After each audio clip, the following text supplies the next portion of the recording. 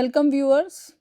In order to understand what are the causes of structures, how different organizations have different forms of structure, today we will be discussing about organizational design and structure. The relationship between design and structure and the learning objectives will focus on understanding the concept of organizational structure and the design and how to identify different elements of organizational structure, outline and discuss the key factors affecting the structure and design of an organization, impact of environment, organization size, technology, strategy on the structure. So, organizational design is a process of structuring organizational activities so that the structure is compatible with the organization's components as well as with the environment. Or we generally say that an organization's structure should be fit with external environment. So, it is a process of constructing and adjusting an organization structure in order to achieve its goals and objectives. Various functions of designs are it helps to focus on organization's objectives.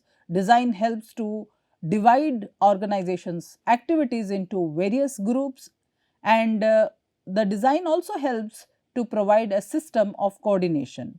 Dimensions of organizational designs: mostly it focuses on formalization, chain of command, complexity, standardization, specialization and centralization. To understand what is formalization, it is the degree to which an organization abides by the rules, regulations, procedures and plans, and chain of command or the authority, the degree to which vertical differentiation across various levels of management, and it decides the hierarchy of an organization. Complexity is the degree to which different types of activities occur in the organization, and centralization is the degree to which the power stays with the top management, the degree to which decisions are made at the top of the organization. Further, specialization is another element of organizational design which discusses the degree to which jobs are narrowly defined based on the unique expertise of individuals. Standardization, other term very important for organizational design, it talks about the degree to which work activities are accomplished in a routine fashion. Moving further, the design elements we will understand how they are integral part of defining organizational structure. Specialization is the degree to which organization divides its work, various work into separate jobs. Departmentalization is the basis for grouping jobs into different departments, like departmentalization by function, product departmentalization, geography or customers. The example would be Indian Railways has various departments by geographical dispersion of the location or the offices. Then you have customer departmentalization, like the customers in the banks. You have the departments like banks dealing specializing with foreign exchange, dealing with agriculture development, industrial banks. So, these are departmentalization by customer division, customer type, and products by, say for example, you have mutual funds, ATMs, all these are also products, and the departments are based on the products they offer to the customers. So, there are different types of chain of command. Then further we move towards understanding the chain of command, which is a continuous line of authority in an organization that defines reporting relationship between the boss and the subordinate. And span of control, which is another important element of organizational design, it talks about the number of subordinates a manager can efficiently and effectively direct or supervise. Centralization, decentralization is the degree to which decision making is bestowed in the top level, where decentralization on the other hand talks about spreading decision making authority to the lower level employees. How you can empower people in different positions so that they can be responsive to the clients or customers' need very fast. In that process of decentralization, organizations are adaptive or catching up with the needs of the environment. Formalization, extent to which jobs within an organization are standardized through rules, procedures and explicit job descriptions. So, summarizing this the design elements concept, these design elements define how tasks are divided, grouped and coordinated within a company to achieve organization's objectives.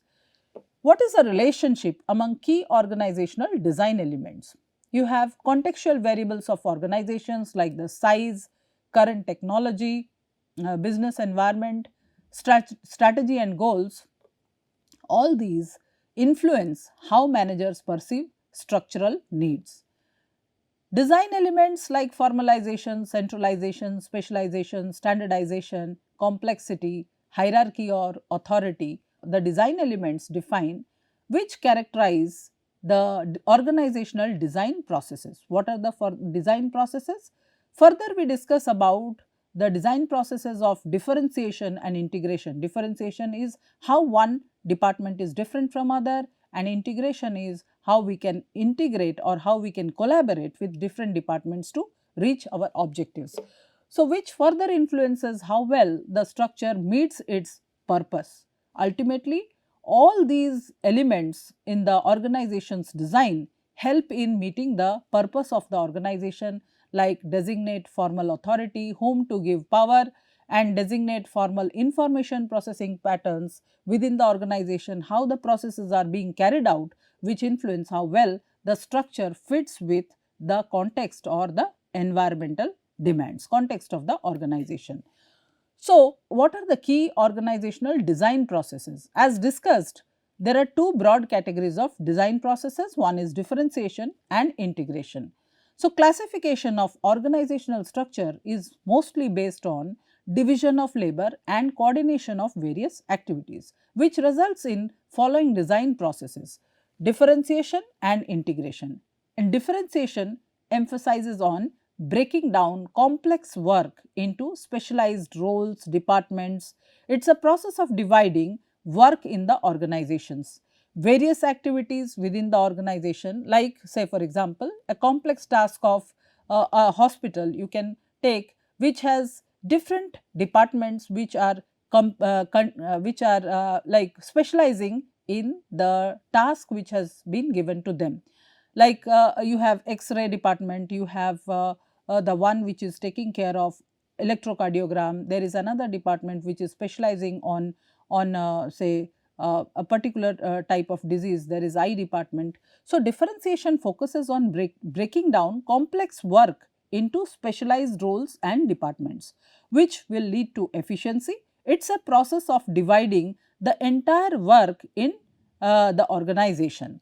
Whereas on the other hand, integration focuses on bringing these differentiated units back together to achieve a common purpose. For example, you have a patient with multiple ailments, and there is one doctor cannot operate on that patient. So, it requires the collective effort of different departments which have developed their specialization over a period of time. So, all of them, the nursing staff, the doctors, the specialized doctor which is dealing with a particular type of disease, all of them come together, even the pharmacists, all of them join together, the paramedics and the physiotherapists, all of them join together to treat a patient. So, process of coordinating different parts of an organization designed to achieve unity among individuals and groups.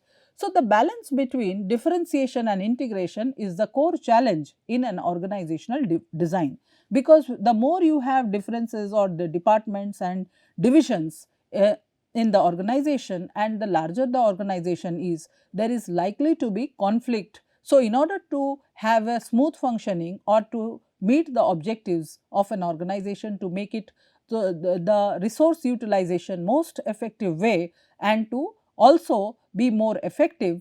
So, you need to there has to be a requirement to have a proper balance, the balance between differentiation and integration, which lies as the core challenge of organizational design. So, how many different types of differentiation are there? Broadly, horizontal differentiation vertical differentiation and special differentiation. These are three different categories of differentiation.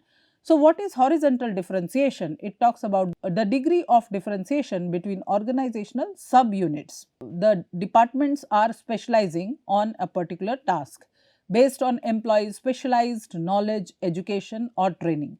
As already discussed, a quality department would focus on improving the quality of each process of the product or the services they offer. The supply chain has emphasizes on how to improve or how to deliver the product on time, how to reduce the cycle time of delivery of product, so that there should not be any error. So, it depends on the experience of people, the specialized knowledge of or education or training of the people who are working in that department. Vertical differentiation is the difference in authority and responsibility in the organization's hierarchy. In the organizations, there are different levels, and with each level, there lies the responsibility, there lies a greater amount of, say, uh, responsibility, a greater amount of power. So, the difference in authority and responsibility in organizational hierarchy is otherwise called the vertical differentiation. It is greater in the tall organizations, narrow organizations which are flat, wide. The centralized organizations, the vertical differentiation is very high. In smaller organizations or the flatter organizations, wider organizations, the vertical differentiation is very narrow. Special differentiation, geographic dispersion of an organization is one where offices, plants and personnel are located in different places and different geographical locations. It complicates organizational designs because people are in different locations. Many may simplify goal achievement or protection. And integration, as we have already discussed, integration focuses on bringing differentiated units back together to achieve a common purpose. So, what is the strategy for integration across units? There are various factors like behavioral integration, which talks about coordinating work processes. Formalization is also another factor, like if you have a procedure, rule, schedules to standardize activities across subunits, that will also lead to integration across units. Authority helps in resolving issues between interdependent units with the help of a common supervisor. Structural devices like cross-functional teams, task forces, integrating roles of project managers facilitates collaboration and joint decision making. Like for example, today because of the complex nature of task, one particular department or division cannot solve the problems of the client. There are cross functional teams or problem solving teams or task forces and committees where people from different departments, they join together to solve the problems based on their knowledge, experience, expertise. They can give their own insights to solve a problem. With their multiple experiences, the problem can be solved very effectively, which is another form of integrating across unit. Information systems or wired technology also integrates various processes and information flow across organizations. For example, enterprise resource planning, management information system plays a major role in integrating different departments across the organizations. Cognitive integration, which is otherwise called aligning thought processes of subunits to foster a mutual understanding or to arrive at a consensus, like what we have discussed in case of the cross functional teams or task forces, which is nothing but the cognitive integration of people sharing their thoughts, knowledge to solve a problem, and with a problem which is very complex. Multitasking or multi-skilling, employing generalists who are competent in interdependent units to facilitate communication and between specialists. Communication is otherwise the sharing of knowledge, information, promoting understanding of different subunits, which can also bind or integrate units, different units of an organization. Cultural integration, like the shared values, beliefs, common purpose, also helps the organizations to coordinate and collaborate different units together. So, conclusively what we have understood is there are different strategies on the work as well as part of the organization's cultural practices. The organization is able to bind different units, different departments in the organization. So, broadly there are two different types of integration, one is vertical integration and horizontal integration. To give you very quick examples of vertical integration is hierarchy, rules, procedures, plans and schedules, positions add to the organization structure and management information system. Horizontal integration is liaising roles, people in different capacities, they interact with the other departments. So, as a liaison or liaising, bridging relationship between different departments, task forces and committees or cross functional teams, integrator positions, those who are in the integrative positions, they interact with several people across different departments or different departmental heads. Let us understand what are the characteristics of differentiation and integration based on the purpose, direction, mechanism, outcomes and giving you some examples. So, differentiation divides tasks, people and resources for efficiency, whereas on the other hand, the purpose of integration is to unite departments to work together. Direction for differentiation is both downward and outward. It creates new layers and departments and roles. In case of integration, the direction is inwards, connecting existing parts of an organization, and the mechanism for differentiation is vertical differentiation, horizontal differentiation and spatial differentiation. Vertical differentiation creates a hierarchy of authority and chain of command. For example, managers, supervisors, employees, and horizontal differentiation creates specialized departments based on the functions. For example, sales, marketing or IT or products, and in case of spatial differentiation, it is spreading companies' operations over different geographical locations. Similarly, on the other hand, if you see the mechanism behind integration, there is a formal mechanism like rules, procedures and clear authority, and direct contact like face to face meeting with the departments, liaison roles assigning specific person to coordinate with other departments. There are task forces and committees, teams which take care of the which take care to solve problems, task force and teams like the cross functional teams which solves problems collectively. Like the purpose of task force or committees is to solve a problem of an individual or the problem of an organization. Like quality improvement is a problem, new product development is a problem, innovation is also a problem. How to come up with an innovative idea, innovative product, how to replace the defects in the products. So, all these are taken care of, all these problems are solved by the cross functional teams, and there are also issues of individuals like you have internal complaints committee which takes care of or manages problems of women, problems of diversity related issues in the organizations. Then what is the outcome of differentiation and integration? Differentiation leads to specialization, clarity, and it also leads to subunit orientation. What is specialization? Employees can develop deep knowledge within specific functions. If somebody works on in a particular department, over a period of time he or she specializes in that particular role, and there is a clarity, that means well defined roles and reporting relationships are well placed, which will help in carrying out the functions very clearly without any confusion. The subunit orientation, it talks about departments focus on their own goals and causing narrow perspectives and communication barriers. Sometimes it so happens that because the plans are there for the subunit or the department, they give emphasis on their own goals rather than the organizational goals. So, at times it creates barriers, and the outcome for integration is unity and synergy, as it is binding all functions in the department. It ensures all parts of organizations are working for a common goal. improved coordination, increases communication, collaboration across departments, and it is also flexible, allows organizations to respond to the changing conditions.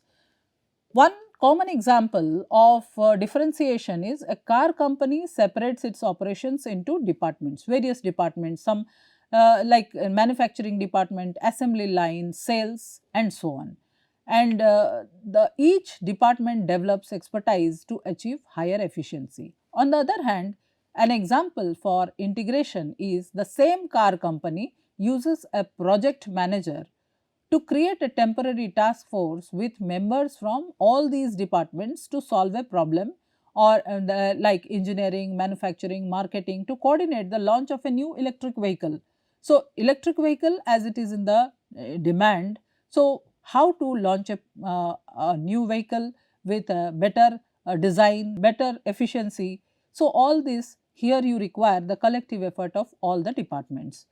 Balancing the act of structure, differentiation and integration are interdependent on each other and depends on following factors: environmental uncertainty, balance for agility, and the organizational challenge.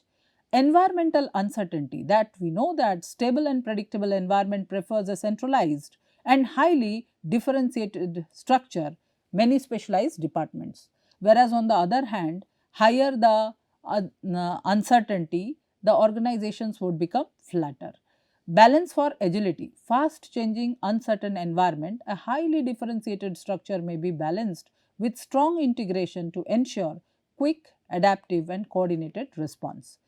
The organizational challenges, ultimately managers have to face the challenge to determine the right level of differentiation and integration to achieve their desired objectives. They must find what is the optimal point on a scale where to have too much of differentiation, too little of differentiation.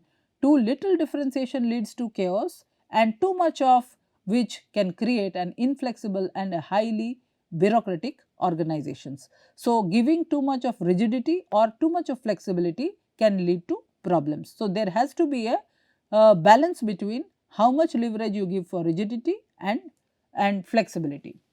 What are the factors influencing organizational design? Henry Mintzberg has given various views about the factors which have influenced the design of organizations, like environmental factor. Both internal as well as external environment plays a massive role in defining the structure. Technological factors, organizational size, the strategy or plans and objectives. Components identified by Mintzberg is useful for understanding the workflow of organizations. So, contextual variables are the set of characteristics that influence an organization's design process, and these factors or variables are size, technology, strategy and goals, and environment. Now, we will discuss about the effect of environment. How do we understand the business environment to be? The external environment. These factors and forces outside the organization which have an effect on organization's performance. The components of external environment can be categorized as a component of specific environment which has a direct impact on organization and its performance. External forces that have a direct and immediate impact on the organization. General environment, on the other hand, is a broad economic, social, socio-cultural, political, legal, demographic, technological and global conditions that may affect the organization. How the environment affects managers? Now, understanding environment and its uncertainty, the amount and rate of change in the organization's environment, the extent to which managers have knowledge of environment, how much they are sensitive to the environmental needs, are able to predict change in the external environment, is affected by the complexity or the degree of uncertainty, degree of environmental components. So, the number of components or the stakeholders in an organization's external environment define the complexity of the environment. Degree of change in environmental components, like how dynamic or stable the external environment is. Based on that, external environment and the structure, what is the relationship? Like for a dynamic environment, high rate of change, use team based structure, network or other organic structure. In a stable environment, with a steady condition, predictable change, there is mechanistic structure would be considered as an ideal one in that condition. Complex environment, many elements like various stakeholders are there, then the focus is on decentralizing. And in a simple environment where few environmental elements are there, less need to decentralize. So, what we have discussed is there are environmental factors also play an important role in defining the structure. A dynamic environment would help in deciding the structure to be team, network type or organic structure. Stable environment emphasizes on mechanistic structure. A simple environment, there is less need to decentralize. Complex structure would emphasize on decentralization. And the diverse organizations, integrated organizations, hostile and munificent organizations. Diverse is one where there are several products, clients and regions, where you are the products are many, the clients needs are many, and the organization has presence in many geographical areas, or it has explored different markets. So, use divisional forms of structure aligned with the diversity. In an integrated environment where single product, there is a client place, single product, there few clients and there is one place, use functional structures.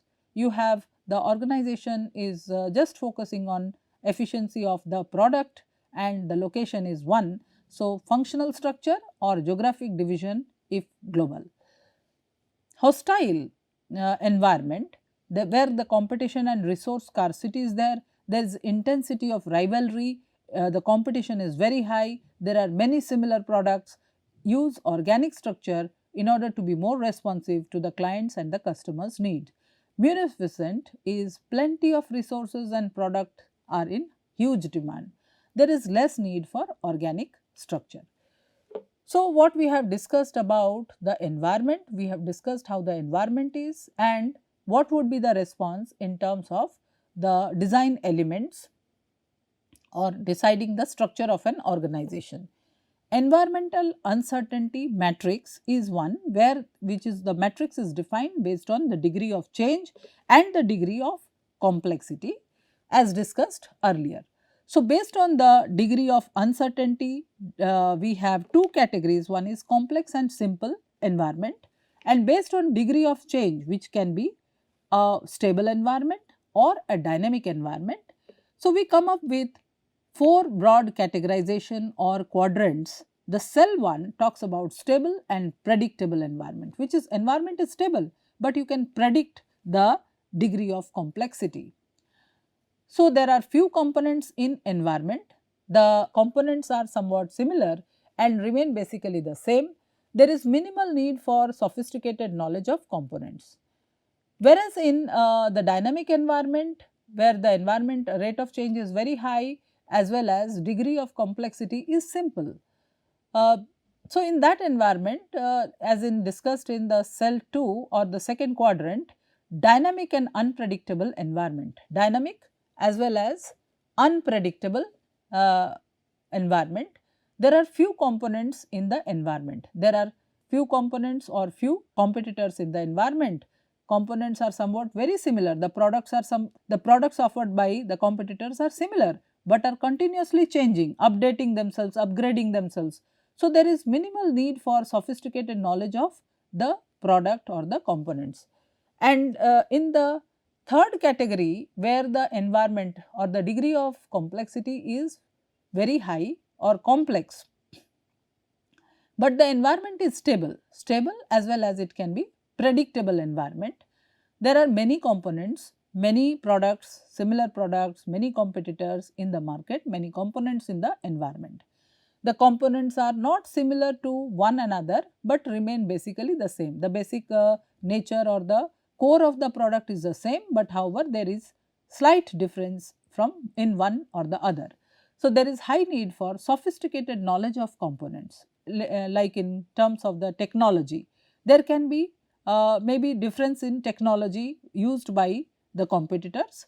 So, there is a high need for sophisticated knowledge about the components, knowledge of components. The fourth quadrant talks about the degree of complexity is very complex, and the environment is highly dynamic. Degree of change is very fast or dynamic change. Dynamic and unpredictable environment is the quadrant classifies as dynamic and unpredictable environment. You never know what is the demand in the environment next. So, it is highly unpredictable. The change cannot be predicted very fast. So, many components in the environment, which happens when there are many competitors, there are different products with which are replacing very fast, there is technology which is coming up in the market very fast. Components are not similar to one another and are continuously changing. The mobile phone segment, you can see the components of the products are replaced very fast, very quickly. With the advent of new technology, the product upgradation happens very fast. High need for sophisticated knowledge of components. So, the emphasis is on knowing about the components, or the knowing about the sophisticated knowledge of components. Further, we discuss about the stakeholders. Who are the stakeholders and what is their impact on the business environment? Stakeholders are the constituents or the constituencies in the organization's environment. They are affected by the organization's decisions and actions. Why? To manage the stakeholder relationship. It can lead to improved organizational performance if we know about the stakeholders. Who are the stakeholders? What is their need? What is their interest? Is it right thing to do given the interdependence of organization and its external stakeholders? These days, the environment is highly dynamic, competitive, complex and unpredictable. So, knowing the stakeholders is very important, because if we know the stakeholders, we can manage stakeholder relationship.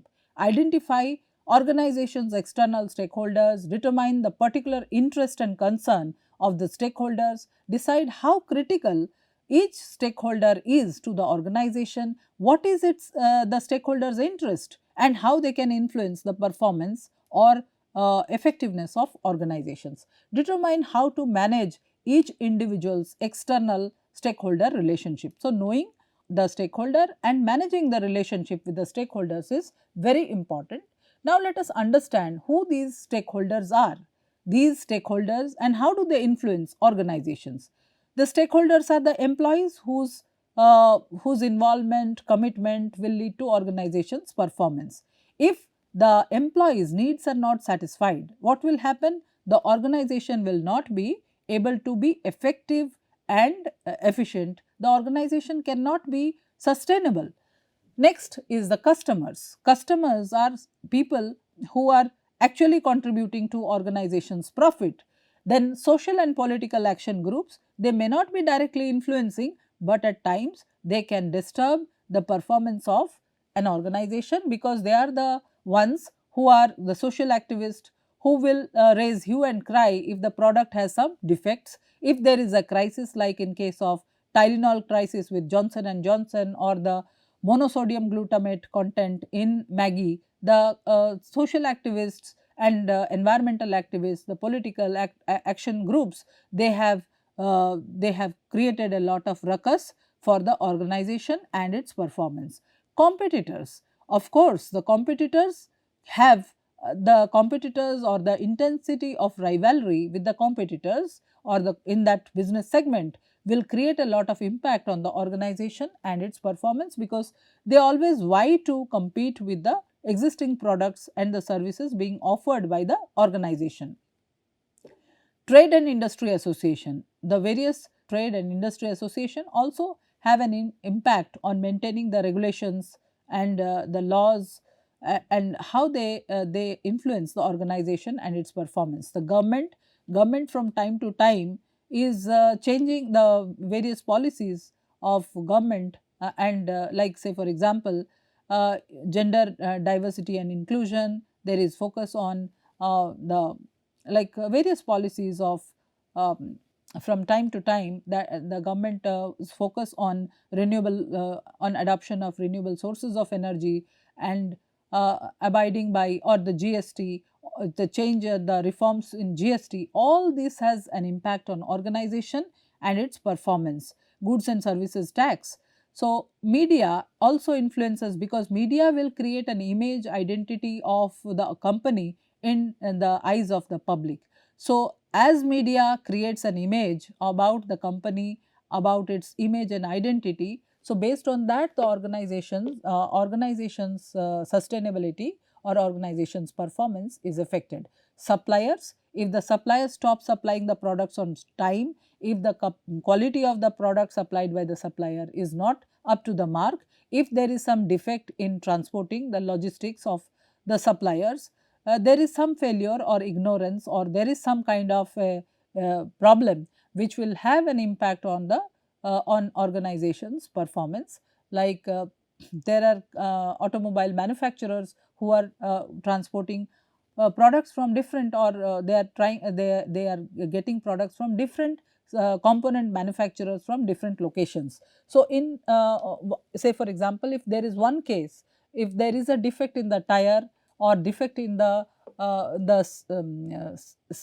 safety gadgets which are being supplied, or in some way or the other there is some problem with any of the components, that will disturb the efficiency of an organization, that will in one way or the other it will spoil the organization's performance. So, communities, the local communities, the shareholders or the unions all have an impact on organization and its performance. Similarly, further we see that technology and structure also plays an important role.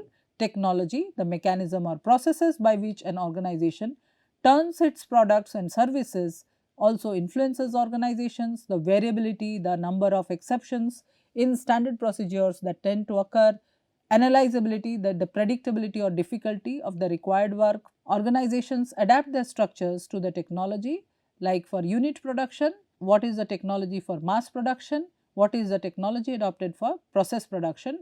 Whether the technology is routine or non-routine decides whether the structure of an organization will be mechanistic or organic. Similarly, organization size, as the organization grows, more division of labor, more job specialization, greater use of standardization, more hierarchy and more formalization, more decentralization follows. So, there is a relationship between organizational size and design elements. Basic design dimensions are formalization, centralization, specialization, standardization, complexity and hierarchy. In small organizations and the large organizations, if we compare, the degree of formalization is less in case of small organizations, it is more in case of large organizations. Centralization, the degree of centralization is very high, whereas in the large organizations it is low. Specialization is low in small organizations and very high in large organizations. Standardization is low in small organizations and high in large organizations. Degree of complexity is low in small organizations or high in large organizations. Authority is very flat in case of small organizations and tall organizations, or hierarchy is tall. Similarly, strategy also influences structure. Structure follows strategy. Differentiation strategy provides unique products or attracting clients who want customization. Cost leadership strategy maximize productivity in order to offer competing price. So, strategy and goals of an organization have an impact on organization's structure. Innovative organizations or innovation, if innovation is the business strategy to understand and manage new processes and technology, characteristics of organizational structure will be low formalization, decentralization, flat hierarchy. Market differentiation, to specialize in customer preferences, moderate to high complexity, moderate to high formalization and similarly moderate centralization.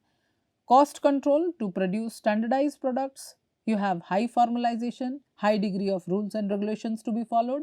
The top management bestows more power or enjoys more power. There is high centralization, high standardization and standardized products are there, and there is low complexity in the business environment. These are the forces which are shaping organizations, like cycle stages in the organization. Every organization follows the life cycle stages, different stages like from birth to death, introduction, growth, maturity and decline, and each stage has an influence on what type of structure an organization should adopt. Similarly, globalization, the higher the globalization, more competition, there would be an impact on organizations restructuring. Change in information processing technology, as we are moving towards the shift in industry and its focus towards cyber physical systems, right from the mechanical or machine power to moving towards the steam from steam engine in the industry 1.0 to the second phase of industrial revolution, which emphasized on energy or on electric power. Third phase of industrial revolution focused on new technology, that is the automation, and the fourth phase of industrial revolution focused on artificial intelligence, data mining, then machine learning models, and the fifth phase of industrial revolution, which emphasizes on cyber physical systems or wired technology. So, the complexity in the business environment has become more, and the customers are more aware about about various products available in the market. They are able to compare about the product, price, availability, and the customers have become more demanding. So, with the information processing technologies or advent of information processing technology, there is a huge competition in the business environment, which compels the organizations to not limit with their existing structure, but to become more flexible, agile, and change towards a very dynamic structure. So, demands of organizational processes need to be also made agile. Emerging organizational structures have taken different shapes, different forms, from the rigidity towards moving towards flexibility.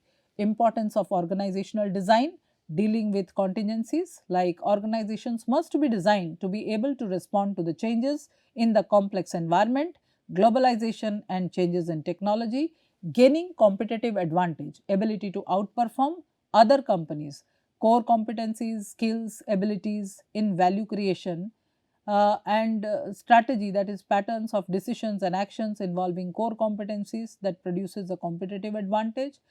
The organizations are also managing the diversity differences in organizational members, which has also become one of the important factors in the organization for organizational culture and its effectiveness.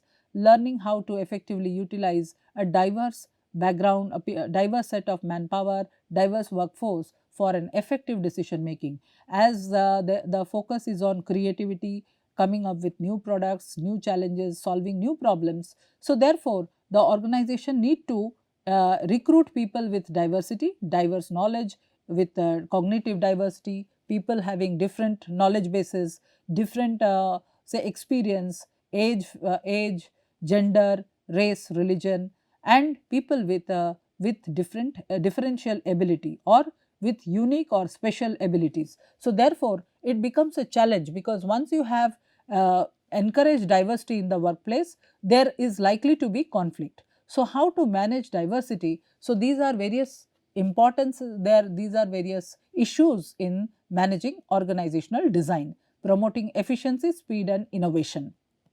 The better organizations function, the more value they create. The correct design can lead to faster innovation and quickly get new products to market.